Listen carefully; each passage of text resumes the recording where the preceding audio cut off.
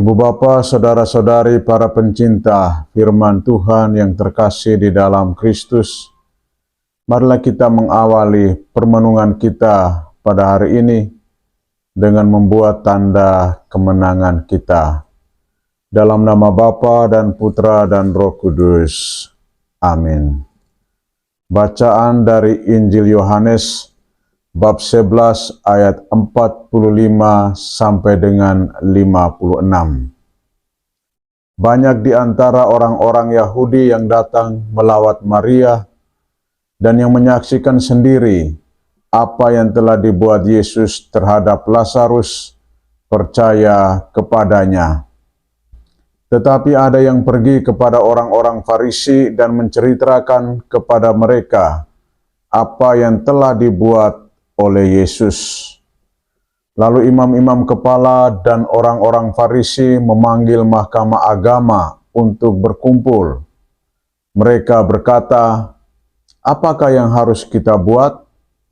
Sebab orang itu membuat banyak mukjizat. Apabila kita biarkan dia, maka semua orang akan percaya kepadanya. Lalu orang-orang Roma akan datang dan merampas tempat suci kita serta bangsa kita." Tetapi seorang di antara mereka, yaitu Kayafas, imam besar pada tahun itu, berkata kepada mereka, "Kamu tidak tahu apa-apa. Kamu tidak insaf bahwa lebih berguna bagimu jika satu orang mati untuk bangsa kita daripada seluruh bangsa kita ini binasa." Hal itu dikatakan Kayafas bukan dari dirinya sendiri, tetapi sebagai imam besar pada tahun itu, ia bernubuat bahwa Yesus akan mati untuk seluruh bangsa, bukan untuk bangsa itu saja, tetapi juga untuk mengumpulkan dan mempersatukan anak-anak Allah yang tercerai-berai. Mulai dari hari itu mereka sepakat untuk membunuh dia. Karena itu Yesus tidak lagi tampil di muka umum di antara orang-orang Yahudi. Ia berangkat dari situ ke daerah dekat padang gurun, ke sebuah kota yang bernama Efraim. Di situ ia tinggal bersama murid-muridnya. Waktu itu hari raya Paskah orang Yahudi sudah dekat, dan banyak orang dari negeri itu berangkat ke Yerusalem untuk menyucikan diri sebelum Paskah itu. Mereka mencari Yesus dan sambil berdiri di dalam bait Allah, mereka berkata seorang kepada yang lain, "Bagaimana pendapatmu? Akan datang jugakah ia ke pesta?" Demikianlah sabda Tuhan. Ibu bapa, saudara-saudari, para pencinta firman Tuhan yang terkasih di dalam Kristus. Kebencian selalu ada di dalam sejarah kehidupan manusia. Kebencian yang bercokol di dalam diri atau pribadi manusia lahir dari sikap iri hati. Iri hati itu terjadi karena orang tidak menerima segala sesuatu yang ada di dalam dirinya dan juga di dalam kehidupannya. Jika orang menerima pribadinya sendiri dan juga menerima pribadi orang lain dengan segala keunggulan yang mereka miliki, maka sikap iri hati itu tidak perlu terjadi. Sikap kebencian dan iri hati juga terjadi di dalam diri para imam kepala dan ahli-ahli Taurat serta orang Farisi. Mereka merasa bahwa status atau kedudukan sosial mereka cukup terganggu karena kehadiran Yesus yang telah melakukan begitu banyak karya-karya mujizat untuk menyembuhkan dan menyelamatkan orang-orang yang sakit. Oleh karena itu, mereka berusaha untuk menjatuhkan tuduhan-tuduhan yang tidak benar kepada Yesus. Di dalam bacaan Injil yang barusan kita dengar, setelah Yesus melakukan karya mujizat dengan membangkitkan Lazarus dari kematian,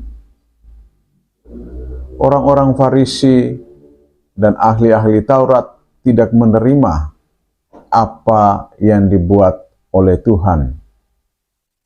Ada orang-orang juga yang memprovokasi kepada para imam dan orang Farisi untuk semakin membenci keberadaan Yesus.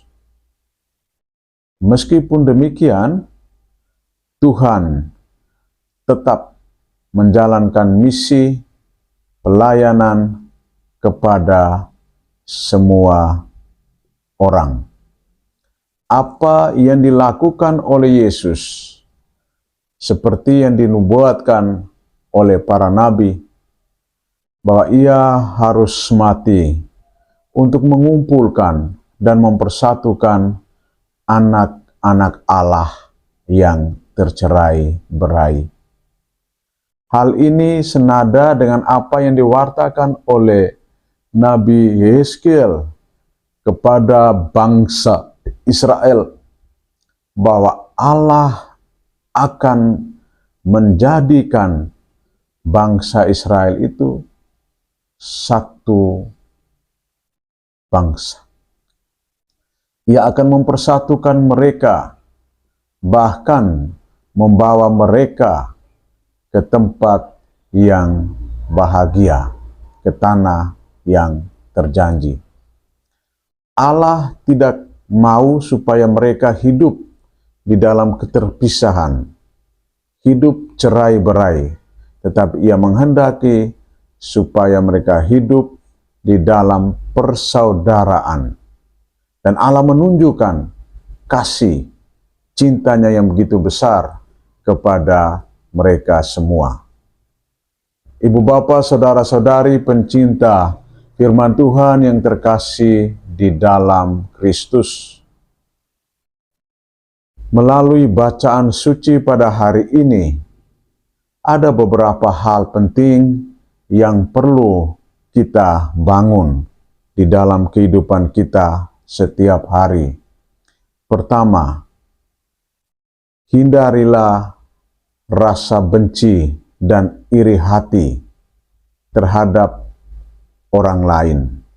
Karena kebencian dan keirihatian itu bisa merusak diri kita sendiri dan juga bisa merusak relasi kita dengan orang lain.